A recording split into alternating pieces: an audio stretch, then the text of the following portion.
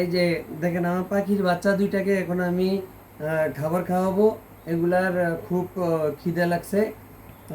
দেখেন কিভাবে কত সুন্দরভাবে খাবারগুলা খাবে, কোনো ঝড়ঝাপটা করবে না।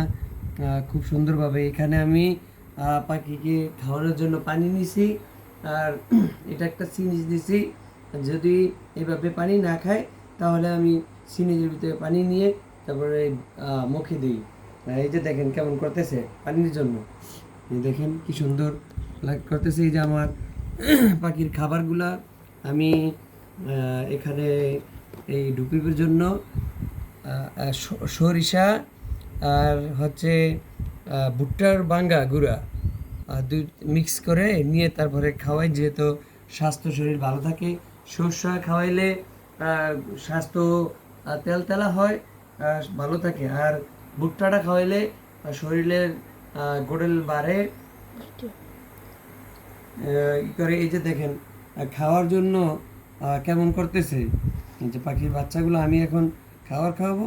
এই দেখেন কেমন করে, দেখছেন? মাশাল্লাহ দিলে আমাদেরকে চিনে ফেলছে।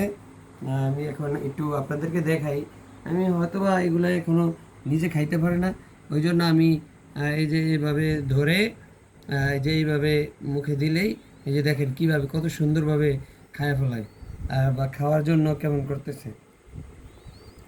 তো দেখেন, আপনারা দেখতে থাকুন আমি কিভাবে খাওয়াই। যে দেখেন একটারে খাওয়াইলে আবার আরেকটায় খাওয়ার জন্য পারাভারি করে। যাই হোক, আমি দুটোটা পাখিকে একসাথেই খাবার খাই। এই যে দেখেন হা করে নিচে, দেখছেন? এই যে খাবার মুখে দিলেই খেয়ে ফেলে।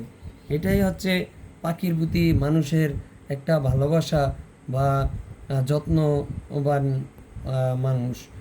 দেখেন আমার পাখি দুইটা মাসাল্লাহ অনেক বড় হয়ে গেছে। যাই হোক, আপনারা সবাই দোয়া করবেন। সো আল্লাহ হাফেজ।